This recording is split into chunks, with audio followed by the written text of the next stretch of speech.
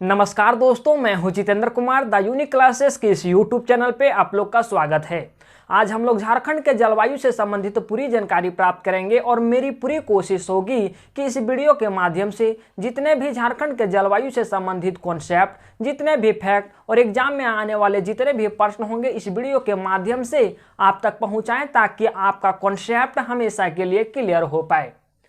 झारखंड की जलवायु से संबंधित जानकारी प्राप्त करने से पहले आपके मन में ये प्रश्न आना चाहिए कि जलवायु किसे कहते हैं। एक लाइन में अगर इसका डिफिनेशन देना चाहें तो आप कह सकते हैं कि वायुमंडल में होने वाले दीर्घकालीन परिवर्तन को जलवायु कहते हैं। वायुमंडल में होने वाले दीर्घकालीन परिवर्तन को जलवायु कहते हैं। ध्यान दीजिएगा, हम आपको इसके पहले ही बताए हैं मौसम के बारे में। मौसम से संबंधित हम सारी जानकारी दिए हैं। उसके बाद हम आपको आज बता रहे हैं जलवायु के बारे में।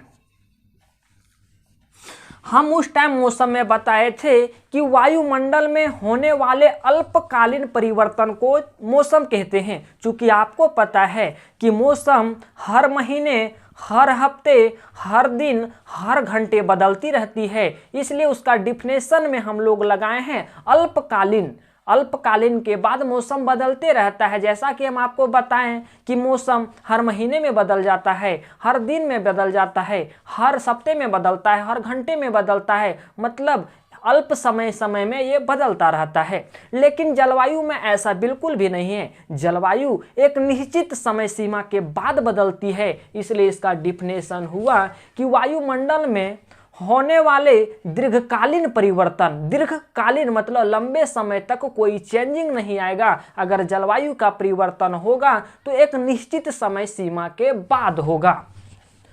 अब आपके मन में ये प्रश्न आता होगा कि आप बताएं कि मौसम तो बदलते रहता है, हर महीने बदलता है, हर हफ्ते बदलता है, हर दिन बदलता है, हर घंटे बदलता है, क्या जलवायु कब बदलती है? तो हम आपको बता दें कि जलवायु को बदलने में 1 दशक भी लग सकते हैं और 100 वर्ष भी लग सकते हैं। 1 दशक भी लग सकते हैं और 100 वर्ष भी लग सकते हैं। लेकिन जलवायु हमेशा बदलते नहीं रहता मौसम के जैसा। जलवायु बदलता है, लेकिन 1 दशक भी लग सकते हैं जलवायु को बदलने में और 100 वर्ष भी लग सकते हैं। जलवायु किसी निश्चित क्षेत्र में भी बदल जाता है और ये कभी कभी वैश्विक स्तर पर भी बदलता है। तो ऐसा अगर आपके मन में प्रश्न आता है कि जलवायु जब बदलती है तो पूरी वैश्विक स्तर पर बदलती है, बिल्कुल नहीं। किसी एक निश्चित क्षेत्रफल पर भी जलवायु का बदलाव होता है। हम आपको यहाँ आपका कॉन्सेप्ट क्लियर करना चाहेंगे कि आपके मन में ये प्रश्न आता होगा कि जलवायु कैसे बदलती है। जलवायु कैसे बदलती है? तो इसका जवाब सुन लीजिए कि जलवायु प्राकृतिक तथा मानव जनित कारणों के द्वारा बदलती है। इसमें भी प्राकृतिक की आपदाएं भी अहम भूमिका निभाती है और मानव जनित आपदाएं भी अहम भूमिका निभाती है। हम यहाँ एक एग्जाम्पल के माध्यम से आपको यहाँ बताने की पूरी कोशिश करेंगे कि प्राकृतिक आपदा जलवायु को कैसे प्रभावित करती है। देखिए, आप सुने होंगे ज्वालामुखी के बारे में।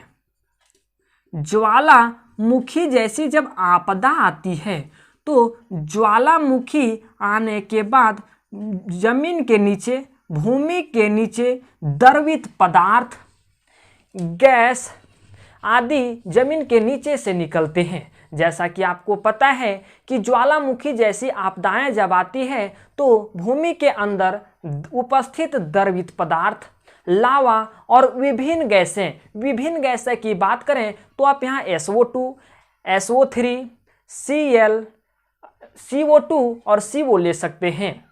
ये सारी गैसें वायुमंडल में आ जाती है। कुछ दिन के बाद ज्वालामुखी जिस क्षेत्र में आपदा लाती है वह एक तो सामान्य क्षेत्र बन जाता है, लेकिन उस ज्वालामुखी के कारण जितने भी गैसें निकलती है वो गैसें वायुमंडल में फैल जाती है और कई सालों तक इस वायुमंडल में उपस्थित रहती है, जो हमारे वायुमंडल में असंतुलन पैदा करती है। तो कहीं ना कहीं इस असंतुलन होने के कारण हमारे जलवायु में इफेक्ट पड़ता है, प्रभाव पड़ता है, तो हम लोग सीधे सीधे कह सकते हैं कि जलवायु के परिवर्तन में कहीं ना कहीं प्राकृतिक आपदा भी अपनी अहम भूमिका निभाती है।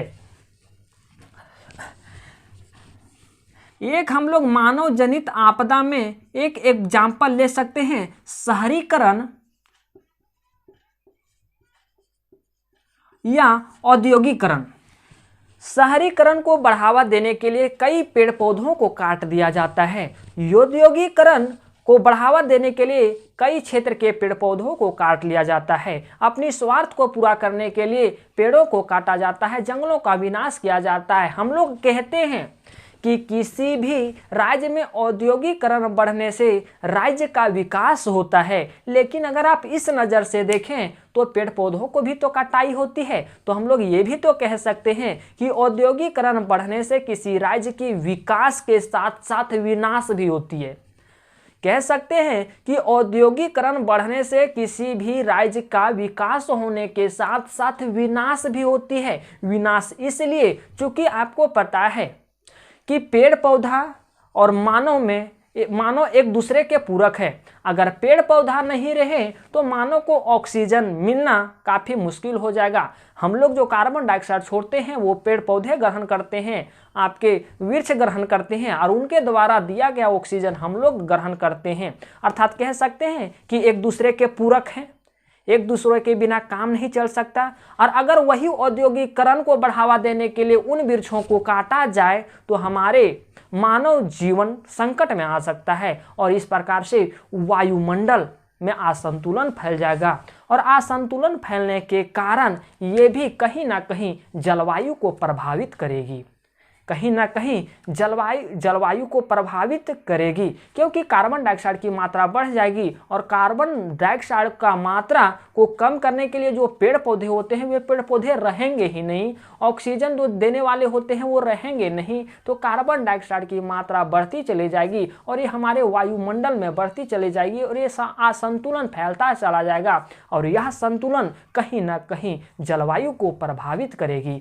उम्मीद है ये दोनों एग्जाम्पल से आपको चीज़ें समझ आ गई होगी। ज्वालामुखी जो आपकी प्राकृतिक आपदा कैसे जलवायु को प्रभावित करती है, मानव जनित जो आपदा है वो कैसे इस जलवायु को प्रभावित करती है। हालांकि अगर देखा जाए जलवायु से संबंधित आपका एक अलग वीडियो बनेगा, उसका अपना एक अलग लेसन है जलवायु से संबंधित। लेकिन हम आपको मोटे तौर पे अगर झारखंड की जलवायु के बारे में चर्चा कर रहे हैं तो आपको ये कॉन्सेप्ट क्लियर करना उचित समझा गया कि आपका ये सारी कॉन्सेप्ट अगर क्लियर हो जाए तो चीज़ें आप समझ सकते हैं। तो अब आपके मन में प्रश्न ये नहीं आना चाहिए कि जो जलवायु का परिवर्तन होता है सिर्फ व सिर्फ जनित आपदा के कारण होता है। नहीं, ये प्राकृतिक आपदा के कारण भी होता है। प्राकृतिक आपदा भी जलवायु परिवर्तन में अपनी अहम भूमिका निभाते हैं, वैसे ही मानव जनित आपदा भी जलवायु के परिवर्तन में अपनी अहम भूमिका निभाते हैं। चलिए अब एक चीज़ और आप लोग पढ़े होंगे कि झारखंड का मानसून उष्णकटिबंधीय मानसूनी है। झारखंड का मानसून उष्णकटिबंधीय मानसून है। चीज़ों को ये भी समझ लीजिए, उष्णकटिबंधीय मानसून हम लोग क्यों कहते हैं। आपको पता है कि पृथ्वी के बीचे बीच एक भूमध्य रेखा, इसे हम लोग कहते हैं जो 0 डिग्री पे, उसे हम लोग कहते हैं भूमध्य रेखा,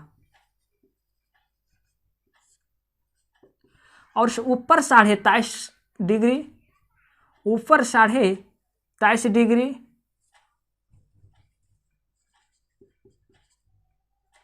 और नीचे 23.5 डिग्री। भूमध्य रेखा के ऊपर 23.5 डिग्री कर्क रेखा गुजरी है और भूमध्य रेखा के नीचे 23.5 डिग्री पे आपकी मकर रेखा गुजरी है। और आप कभी ये पढ़े होंगे कि मकर रेखा और कर्क रेखा के बीच का जो ये सारा क्षेत्र आता है वो उष्णकटिबंधीय क्षेत्र आता है। चीज़ों को समझिएगा, उष्णकटिबंधीय क्षेत्र कहाँ आता है? इसके ऊपर तो शीतोष्णकटिबंधीय आता है, इसके नीचे तो शीतोष्णकटिबंधीय आता है, लेकिन उसकी चर्चा हम नहीं करेंगे। अभी हम सिर्फ आपका झारखंड की ज्योग्राफी के बारे में जब चर्चा कर रहे हैं तो हमको इतना ही चर्चा करना है। आपको पता है पृथ्वी के बीचों बीच भूमध्य रेखा गुजरी है। भूमध्य रेखा के ऊपर 23.5 डिग्री पे आपकी कर्क रेखा गुजरी है और नीचे मकर रेखा गुजरी है। और इस मकर रेखा और कर्क रेखा के बीच जो आपका रीजन है, जो आपका ये क्षेत्र है, वह क्षेत्र उष्णकटिबंधीय क्षेत्र के अंतर्गत आता है। और ये उष्णकटिबंधीय क्षेत्र के अंतर्गत आने के कारण यहाँ की जो जलवायु है और उष्णकटिबंधीय जलवायु क्षेत्र है। और आपको पता है कि ये कर्क रेखा हमारे झारखंड के बीचों बीच से होकर के गुजरती है। कहीं ना कहीं अगर कर्क रेखा हमारे झारखंड के बीचों बीच से गुजर रही है तो हमारा झारखंड भी उष्णकटिबंधीय क्षेत्र के अंतर्गत आता होगा। और अगर हमारा झारखंड उष्णकटिबंधीय क्षेत्र के अंतर्गत आता है तो यहाँ की मानसूनी उष्णकटिबंधीय क्षेत्र की मानसूनी भी होगी। तो इसलिए हम लोग कहते हैं कि हमारा झारखंड जो है यहाँ की मानसून उष्णकटिबंधीय है। उम्मीद है चीज़ें आपको समझ आई होगी। क्यों उष्णकटिबंधीय है? क्योंकि हमारा झारखंड उष्णकटिबंधीय क्षेत्र के अंतर्गत आता है, इसलिए यहाँ की मानसून उष्णकटिबंधीय है। उम्मीद है ये चीज़ें आपको समझ आई होगी। अगर फिर भी किसी तरह की डाउट या किसी तरह की परेशानी आपके मन में आ जाती है तो मुझे कमेंट सेक्शन में ये बताने की पूरी कोशिश कीजिए, अपनी प्रतिक्रिया वहाँ जरूर व्यक्त कीजिए, ताकि हम आपको हो सके तो अलग वे में हम समझाने की कोशिश करें, क्योंकि मेरा मेन मकसद है आपके कॉन्सेप्ट को क्लियर रखना। चलिए अब हम लोग देखते हैं। अगर देखा जाए तो झारखंड के जलवायु को 7 भागों में विभक्त किया गया है। मौसम वैज्ञानिकों के द्वारा हमारे झारखंड के जलवायु को 7 भागों में विभक्त किया गया है। तो कौन कौन ऐसे 7 जलवायु हैं? पहला आप देखिएगा, बताइएगा। पहला महाद्वीपीय प्रकार की जलवायु, दूसरा उपमहाद्वीपीय प्रकार की जलवायु, तीसरा शीतवर्षा प्रकार की जलवायु, चौथा शीत तीव्र एवं सुखद प्रकार की जलवायु, पांचवा आर्द्र वर्षा प्रकार की जलवायु, छठा सागर प्रभावित प्रकार की जलवायु, सातवां डेल्टा प्रकार की जलवायु। 7 जलवायु है, 7 प्रकार के जलवायु हमारे झारखंड राज्य में पाया जाता है, जैसा कि हम आपको लिखा दिए हैं और आपको हम चीज़ें बता दिए हैं। ये महाद्वीपीय प्रकार की जलवायु हम यहाँ मैप के माध्यम से आपको चीज़ें बताने की कोशिश किए हैं।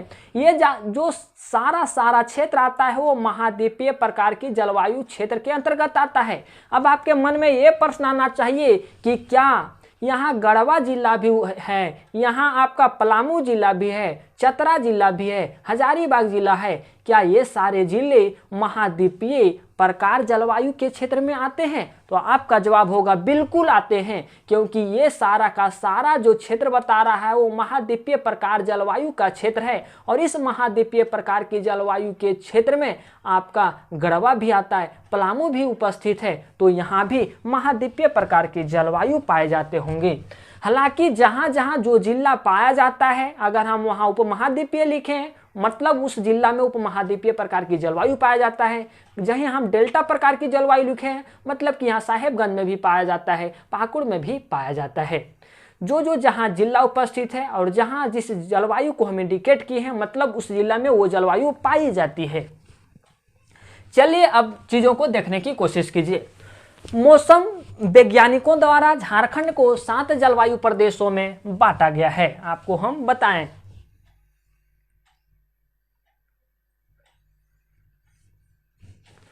उत्तरी व उत्तरी पश्चिमी क्षेत्र, उत्तरी व उत्तरी पश्चिमी क्षेत्र में आपका महाद्वीपीय प्रकार की जलवायु पाई जाती है। जैसा हम क्या बताएं, उत्तरी ये तो आप कह सकते हैं ना उत्तरी, उत्तरी पश्चिमी ये तो आपका पश्चिमी क्षेत्र हुआ ना, उत्तरी या उत्तरी पश्चिमी क्षेत्र में महाद्वीपीय प्रकार की जलवायु पाई जाती है। ये आपका मैप ही बता रहा है।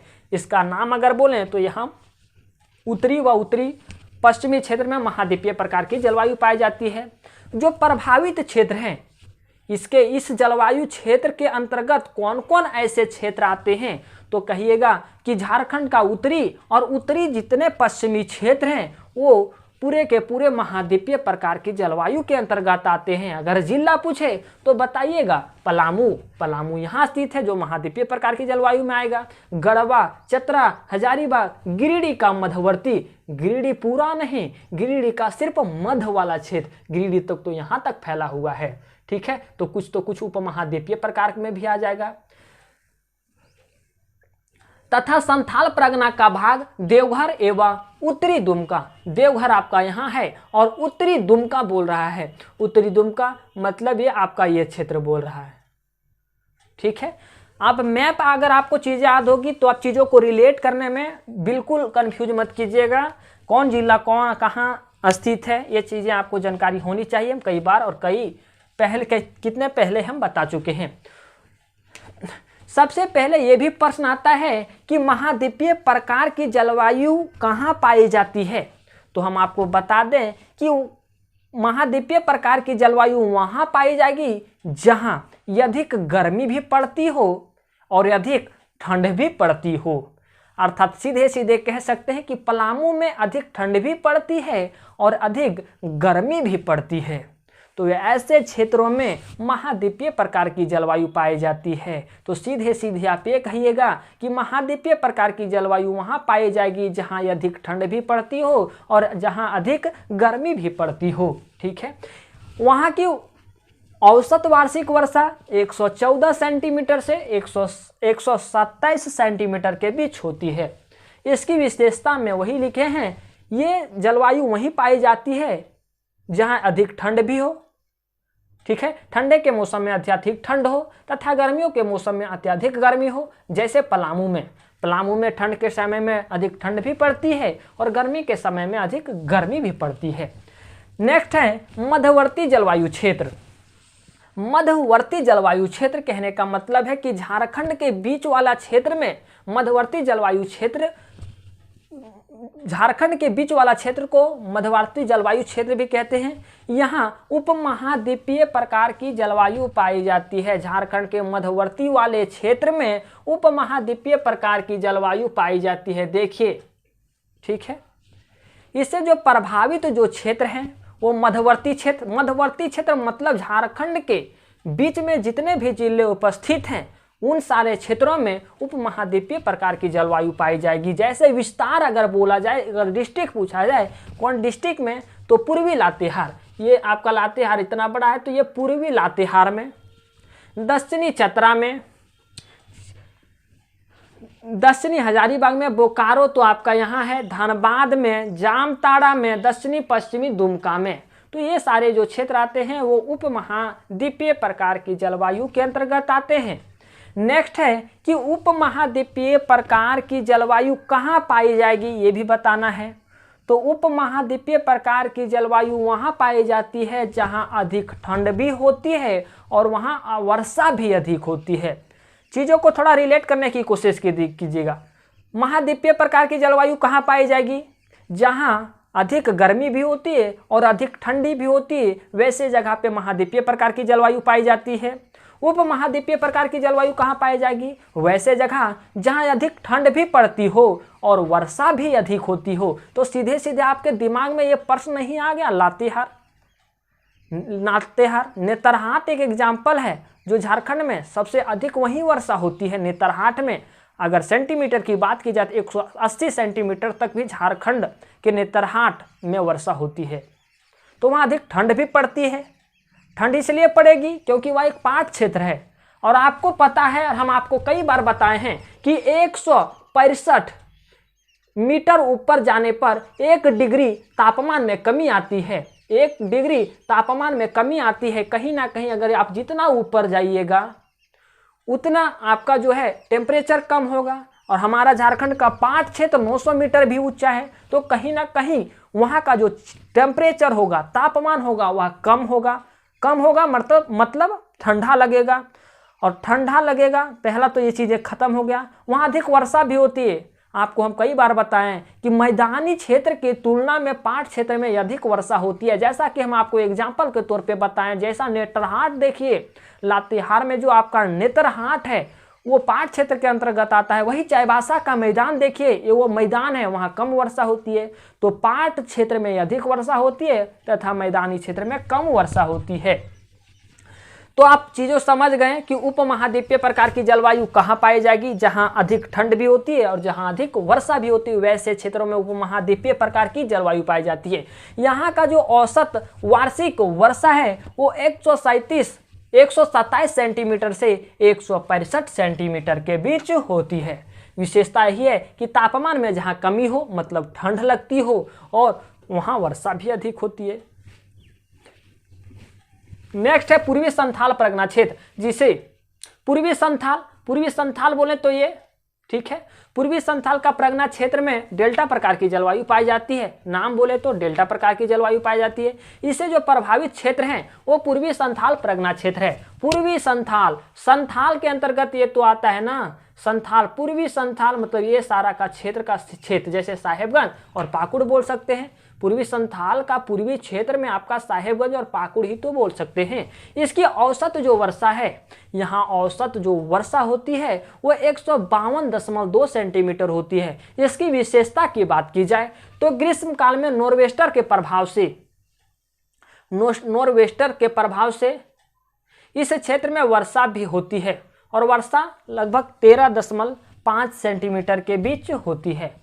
13.5 सेंटीमीटर तक यहाँ वर्षा होती है। जो वही आप कहते हैं ना गर्मियों के दिन में जो थोड़ा सा पानी गिरता है वो पानी यहाँ गिरता है। नेक्स्ट है पूर्वी सिंहभूम क्षेत्र। पूर्वी सिंहभूम क्षेत्र में जो पाया जाता है ये सारा जो क्षेत्र है वो सागर प्रभावित प्रकार की जलवायु यहाँ पाई जाती है। इसके अंतर्गत कौन कौन से आएंगे तो देखिए, पश्चिमी सिंहभूम का पूर्वी क्षेत्र कह सकते हैं, सरायकेला खरसावां कह सकते हैं, पूर्वी सिंहभूम कह सकते हैं। इसका विस्तार अगर देखा जाए तो देखिए, पूर्वी सिंहभूम, सरायकेला खरसावां और पश्चिमी सिंहभूम का पूर्वी क्षेत्र। पश्चिमी सिंहभूम का पूर्वी क्षेत्र में आपका सागर प्रभावित प्रकार की जलवायु पाई जाती है। एक एक करके देखिए, प्रभावित क्षेत्र देखें, औसत वार्षिक वर्षा यहाँ का जो है वो 140 सेंटीमीटर से 152 सेंटीमीटर के बीच है। यहाँ आपको बता दें कि ज़्यादा जो ओलावृष्टि होती है, बर्फ गिरने का जो क्रिया होता है पानी के साथ साथ, वो सबसे ज़्यादा यहीं होती है। इसकी विशेषता देखी जाए तो यहाँ ये सागर से 100 से 200 किलोमीटर की दूरी पे ही यह क्षेत्र स्थित है। अगर ये सागर के 200 या 100 किलोमीटर की दूरी पे स्थित है, वो सागर के किनारे स्थित है कह सकते हैं। और ये सागर के किनारे स्थित है मतलब यहाँ सागर प्रकार की प्रभावित जलवायु पाई जाएगी। तो इसलिए यहाँ सागर प्रभावित प्रकार की जलवायु पाई जाती है। ठीक है, यही चीज़ लिखे हैं कि सागर से या 100 से 200 किलोमीटर की दूरी पर स्थित है, इसलिए ये सागर प्रभावित क्षेत्र है और यहाँ सागर प्रभावित प्रकार की जलवायु पाई जाती है। झारखंड में सबसे अधिक वर्षा यहाँ होती है। ठीक है, और अगर सेंटीमीटर में देखा जाए तो नेतरहाट में होती है। गर्मी के दिन में भी सबसे ज़्यादा अगर वर्षा होती है तो सागर प्रभावित प्रकार की जलवायु क्षेत्र में होती है। यहाँ लगभग 1 साल के अंदर 11 तड़ित झंझा आता है। ठीक है, और 10 ओलावृष्टि आता है। ओलावृष्टि मतलब पानी के साथ जो सारी बर्फ गिरते हैं, यहाँ 1 साल में लगभग 10 बार वैसी घटना घटती है।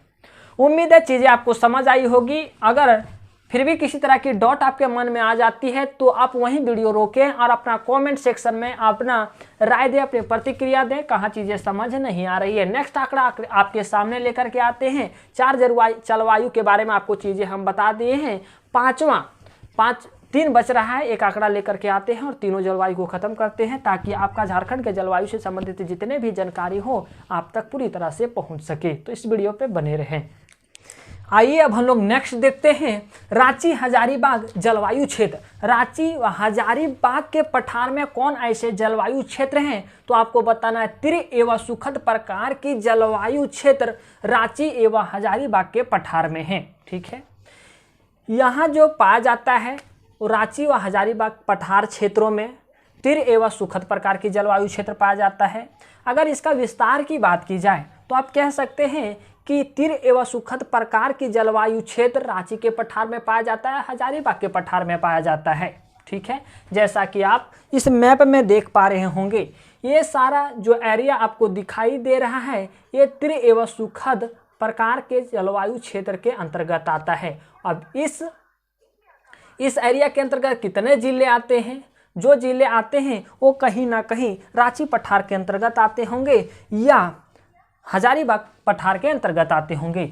यहाँ की अगर औसत वार्षिक वर्षा की बात की जाए तो 148 सेंटीमीटर है।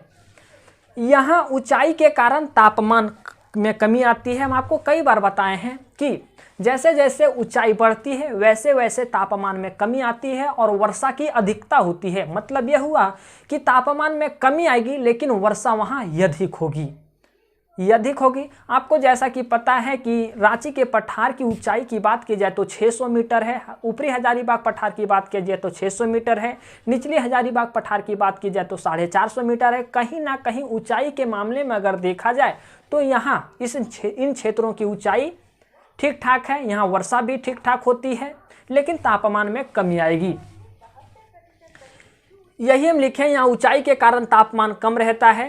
ये अप्रैल मई में, अगर अप्रैल मई में देखा जाए तो रांची में 38 डिग्री सेल्सियस से 39 डिग्री सेल्सियस तक भी यहाँ की तापमान चली जाती है, सिर्फ 2 घंटे के लिए अप्रैल और मई में। अप्रैल और मई, चूँकि आपको पता है झारखंड का सबसे गर्म महीना मई है।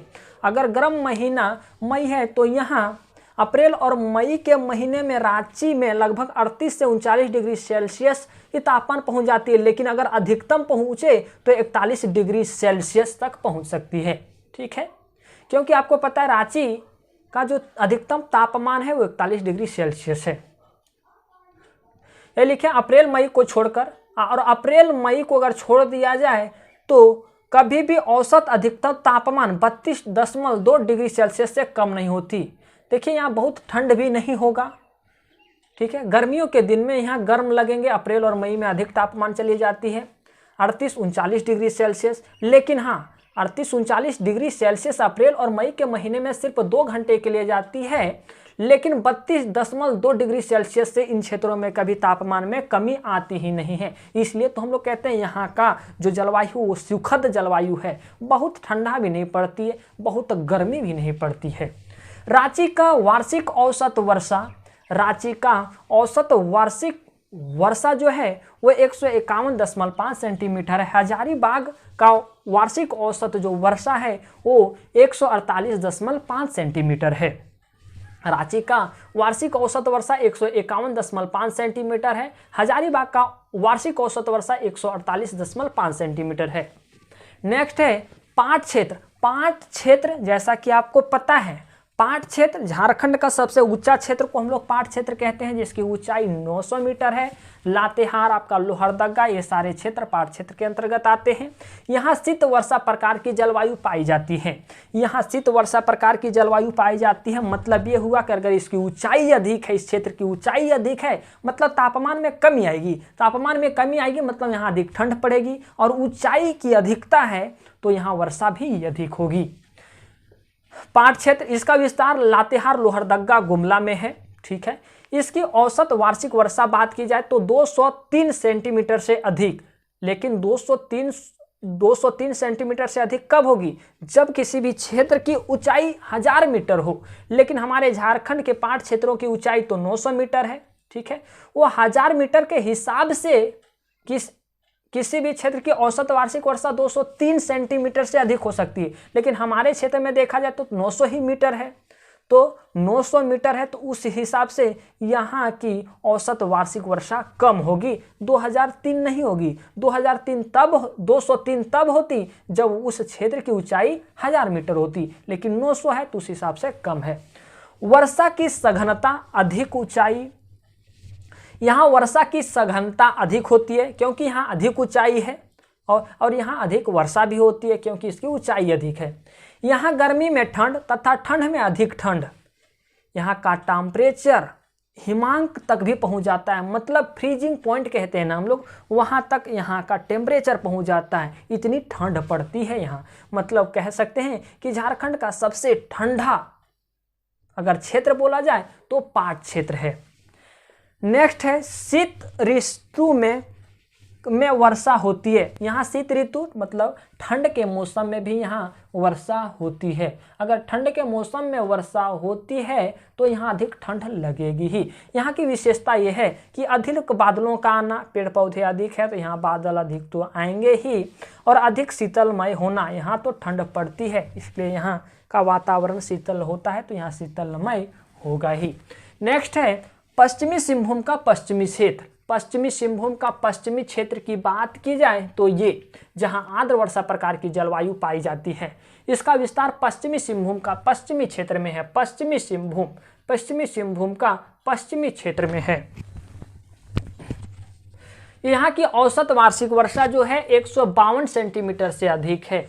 पश्चिम आर्द्र वर्षा प्रकार की जलवायु क्षेत्र जहां पाए जाते हैं वहां की वार्षिक औसत वर्षा 152 सेंटीमीटर से अधिक है। यहाँ की कुछ विशेषताएं हैं। यहाँ मानसून के दोनों शाखाओं द्वारा वर्षा होती है। मानसून अरब सागर और बंगाल की खाड़ी अर्थात दोनों शाखाओं के द्वारा इन क्षेत्रों में वर्षा होती है।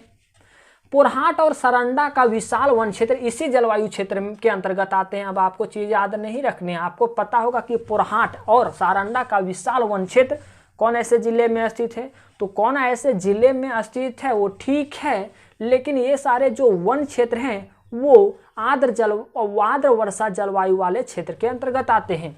यहाँ पर्वतीय क्षेत्र होने के कारण असमान वितरण देखने को मिलता है। यहाँ पर्वतीय क्षेत्र होने के कारण, यहाँ लिखिए आप लोग वर्षा का असमान वितरण देखने को मिलता है। ठीक है, कहीं अधिक वर्षा हो गई इन क्षेत्रों में तो कहीं कम हो गई। क्यों? क्योंकि पर्वतीय क्षेत्र है। एक समान वर्षा ना होने का कारण है क्योंकि वहाँ पर्वतीय क्षेत्र है, इसलिए वहाँ वर्षा का असमान वितरण देखने को मिलता है। नेक्स्ट है यहाँ अधिक वन होने के कारण यह अधिक ठंड होती है। देखिए ठंड यहाँ भी होती है। यहाँ वर्षा दोनों शाखाओं के द्वारा होती है, तो यहाँ दोनों शाखाओं द्वारा वर्षा होती है, वहाँ का वातावरण शीतलमय होगा ही। अगर शीतलमय है यहाँ का वातावरण तो यहाँ अधिक ठंड लगेगी यहाँ अधिक ठंड लगेगी ही। यहाँ अधिक वन होने के कारण यह अधिक ठंड होती है तथा शाम में ठंडी हवा भी चलती है। अधिक ठंड होती है और यहाँ शाम में ठंडी हवा भी चलती है। उम्मीद है ये सारी चीज़ें आपको समझ आई होगी। इस जानकारी से आप संतुष्ट हुए होंगे।